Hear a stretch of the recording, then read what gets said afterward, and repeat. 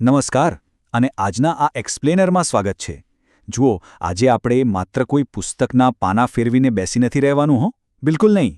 આજે આપણે વિજ્ઞાનના પાયાના ખ્યાલોને ઉકેલવા માટે એકદમ રોમાંચક સફર પર જવાના છીએ. આપણી આસપાસ રહેલા પદાર્થોના ગુણધર્મો વિશે આપણે એવી રીતે શીખીશું કે જાણે કોઈ મજેદાર કોયડો ઉકેલી રહ્યા હોઈએ. આ બધું પાઠ્યપુસ્તકના સ્વાધ્યાયમાંથી જ લીધું છે, પણ આપણે તેને કોઈ ટિપિકલ રીતે ગોખવાનું નથી. તો આપણી ઉત્સુકતાને જાગૃત કરીએ, કારણ કે આ એક ખૂબ જ ઇન્ટરેક્ટિવ જ્ઞાનની શોધ થવાની છે.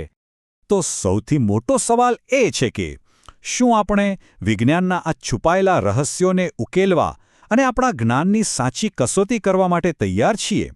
આ એક્સપ્લેનરમાં આપણે માત્ર નિષ્ક્રિય થઈને સાંભળવાનું નથી, આપણે તો એક ડિટેક્ટિવની જેમ વિચારવાનું છે, સમસ્યા ઉકેલવાનો અભિગમ રાખવાનો છે. દરેક ચાવી આપણને એક નવી જ દિશા બતાવશે અને આપણે સાથે મળીને આખો કોયડો ઉકેલવાનો છે. તો ચાલો મગજના દરવાજા ખુલ્લા રાખીએ અને આ પડકારનો સ્વીકાર કરીએ. ઓકે, ચાલો હવે આમાં ઊંડાણપૂર્વક ઉતરીએ. અહીં જે લખ્યું છે ને કે ચાલો મેળવેલ જ્ઞાનને સમૃદ્ધ બનાવીએ, તે ખરેખર બહુ જ સરસ વાત છે. અગાઉના પ્રકરણોમાં પદાર્થો વિશે જે કંઈ પણ બેઝિક વસ્તુ આપણે શીખ્યા છીએ તેને હવે પ્રેક્ટિકલી લાગુ કરવાનો સમય આવી ગયો છે. જ્યારે આપણે જૂના જ્ઞાનનો ઉપયોગ નવી સમસ્યા ઉકેલવા માટે કરીએ ને, ત્યારે મગજમાં ખરા અર્થમાં નવા વિચારો ઝબૂકે છે. અને આપણે બરાબર એ જ કરવાનું છે.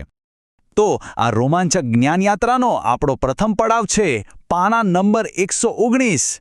હા, અહીંથી જ પદાર્થોની ઓળખ અને તેના ગુણધર્મોના ખજાનાનો દરવાજો ખુલવા જઈ રહ્યો છે. આ યાત્રામાં આપણે ધીમે ધીમે આગળ વધીશું અને દરેક માઇલસ્ટોન પર કંઈક નવું શીખીશું. તો આ 119 નંબરના સ્ટેશનથી આપણી યાત્રા ઓફિશિયલી શરૂ થઈ રહી છે. અને આ રહ્યો આપણો મુખ્ય પડકાર, કોલમ 1 અને કોલમ 2. હવે જો કોલમ 1માં આપેલા શબ્દો ધ્યાનથી જોશો તો લાગશે કે આ શું છે, એકદમ અટપટા, ગૂંચવણભર્યા કે જાણે કોઈ સિક્રેટ કોડ? પણ બિલકુલ ગભરાવાની જરૂર નથી. આ આખા કોયડાને ઉકેલવાની અસલી ચાવી બરાબર તેની બાજુમાં, એટલે કે કોલમ 2માં આપેલી સ્પષ્ટ અને સિમ્પલ વ્યાખ્યાઓમાં છુપાયેલી છે. આપણે બસ ડાબી બાજુના આ ગૂંચવાયેલા શબ્દોને જમણી બાજુની સાચી વ્યાખ્યાઓ સાથે લોજિકલી જોડવાના છે. આખી એક મેચિંગ ગેમ છે અને આપણે તેને ડીકોડ કરવાની છે. હવે અહીં સૌથી રસપ્રદ બાબત એ છે કે કોલમ 2ની પહેલી વ્યાખ્યા જુઓ. તેમાંથી વસ્તુ સ્પષ્ટ રીતે જોઈ શકાય છે. જરા મગજ દોડાવીએ. એવો કયો ગુણધર્મ છે જે આપણને કાચની બારીની આરપાર જોવા મદદ કરે છે, જ્યારે લાકડાના દરવાજાની આરપાર આપણે જોઈ શકતા નથી? સાચી વાત ને? બિલકુલ સાચું. તે ગુણધર્મ છે પારદર્શકતા.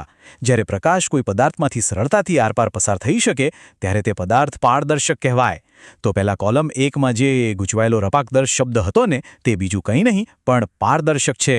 વાહ, પહેલી ચાવી આપણે એકદમ સક્સેસફુલી ડીકોડ કરી લીધી. ઓકે, હવે આપણી બીજી ચાવી તરફ નજર કરીએ. જગ્યા રોકે છે અને દળ ધરાવે છે. અરે, આ કોઈ સામાન્ય વાક્ય નથી. આ તો ભૌતિક વિજ્ઞાનનો સૌથી પાયાનો, સૌથી ફંડામેન્ટલ સિદ્ધાંત છે. બ્રહ્માંડની દરેક વસ્તુ, આસપાસની હવા જે આપણે શ્વાસમાં લઈએ છીએ, પાણી, ટેબલ, ખુરશી અને આપણે ખુદ પણ આ વ્યાખ્યામાં આવી જઈએ છીએ. અરે, ફુગ્ગામાં ભરેલી હવા પણ જગ્યા રોકે છે અને તેનું વજન હોય છે. આ છે દ્રવ્યની મૂળભૂત વ્યાખ્યા. તો પેલા કોલમ 1માં આપેલો એ વિચિત્ર શબ્દ વ્યદ્ર, એ વાસ્તવમાં દ્રવ્ય એટલે કે મેટર છે. છે ને એકદમ અદ્ભુત?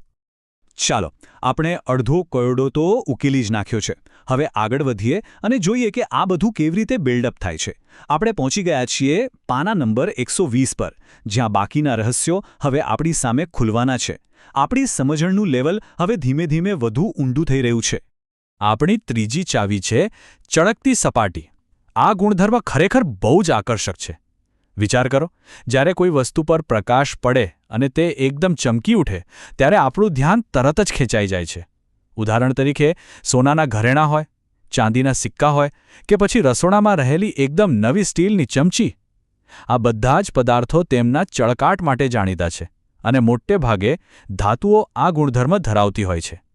તો કોલમ 1માં જે રકચમદા શબ્દ હતો તે ખરેખર આ ચમકદાર પદાર્થ જ દર્શાવે છે. ચળકતી સપાટી જોતાં જ આપણે તેને ચમકદાર તરીકે તરત ડીકોડ કરી શકીએ છીએ. અને હવે સૌથી અગત્યનો પોઈન્ટ, આપણી અંતિમ ચાવી. પાણીમાં સંપૂર્ણપણે મિશ્ર થઈ જાય છે. રોજ સવારે જ્યારે ચા કે કોફીમાં ખાંડ ઉમેરીએ છીએ ત્યારે તે ક્યાં ગાયબ થઈ જાય છે? તે પાણીમાં ઓગળી જાય છે, અદૃશ્ય થઈ જાય છે. જ્યારે કોઈ પદાર્થ પ્રવાહીમાં એકદમ સંપૂર્ણપણે ભળી જાય ત્યારે આપણે તેને દ્રાવ્ય પદાર્થ કહીએ છીએ.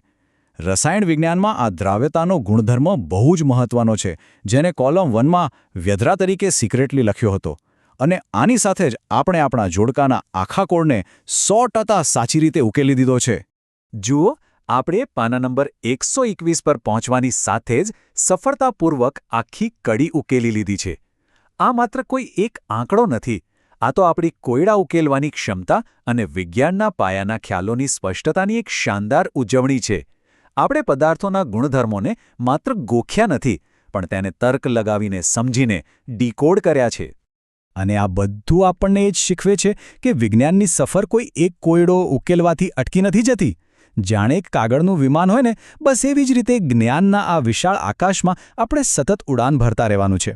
શીખવાની પ્રક્રિયા એ કોઈ ફાઇનલ ડેસ્ટિનેશન નથી, પણ આ તો એક અવિરત, સતત ચાલતી અને એકદમ રોમાંચક યાત્રા છે.